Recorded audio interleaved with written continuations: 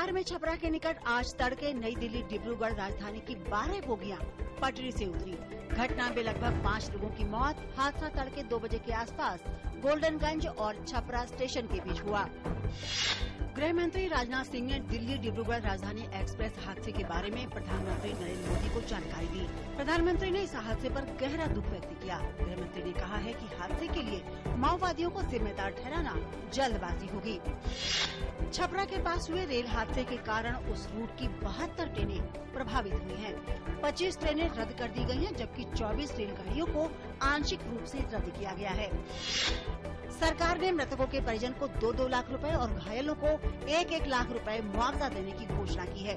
मामूली रूप से घायल लोगों को 20-20 हजार रुपए दिए जाएंगे। रेलवे के वरिष्ठ अधिकारी मौके पर पहुंच गए हैं और बचाव अभियान जारी है।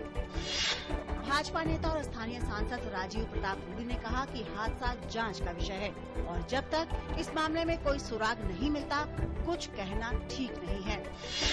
दिल्ली डिब्रूगढ़ राजधानी एक्सप्रेस हादसे पर प्रतिक्रिया व्यक्त करते हुए कांग्रेस नेता और पूर्व रेलवे मंत्री मल्लिकार्जुन खड़गे ने कहा कि रेलवे सुरक्षा पहली प्राथमिकता होनी चाहिए।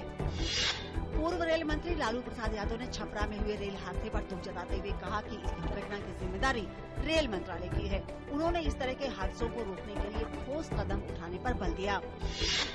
शुरुआती कारोबार के दौरान शेयर बाजार में देखी गई तेजी। सेंसेक्स 59 अंक की तेजी के साथ 25,428 अंक पर खुला।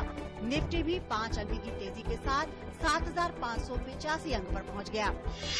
आज डॉलर के मुकाबले रुपया 19 पैसे कमजोर होकर 60 रुपए 32 पैसे प्रति डॉलर पर आ गया। कल के कारोबारी सत्र के दौरान डॉलर की तुलना में रुपया 7 पैसे मजबूत होकर 60 रुपए 13 पैसे प्रति डॉलर पर बंद हुआ था।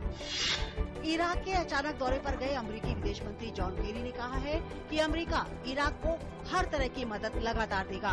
केरी ने कहा कि सुन्नी चरमपंथी संगठन ISIS इराक के अस्तित्व के लिए खतरा है।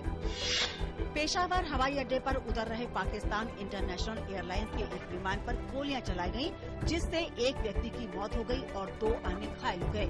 सऊदी अरब के रियाद से करीब 180 यात्रियों को लेकर आई फ्लाइट पर गोलियां चलाई गयी। फीफा विश्व कप के ग्रुप डी के एक अहम मुकाबले में उरुग्वे ने इटली को 1-0 से हरा दिया। इस जीत के साथ ही उरुग्वे की टीम अंतिम 16 में पहुंच गई। एक अन्य मुकाबले में इंग्लैंड और कोस्टारिका के बीच खेला गया मुकाबला गोल रहित समाप्त हो गया। फीफा विश्व कप 2014 के ग्रुप सी के मैच में कोलंबिया ने जापान को 4-1 से हरा दिया। मध्यांतर तक दोनों ही टीमें 1-1 से बराबर थी। फीफा विश्व कप फुटबॉल में एक अन्य मुकाबले में ग्रीस ने आइवरी कोस्ट को 2-1 से हराया। आज ही के दिन 25 जून 1975 की रात से देश में आपातकाल की घोषणा की गई। देश के इतिहास में आजादी के बाद इंदिरा सरकार का ये सबसे विवादास्पद निर्णय था। आज भी लोग इसे देश के लोकतंत्र में सबसे काले दिन के रूप में याद करते हैं।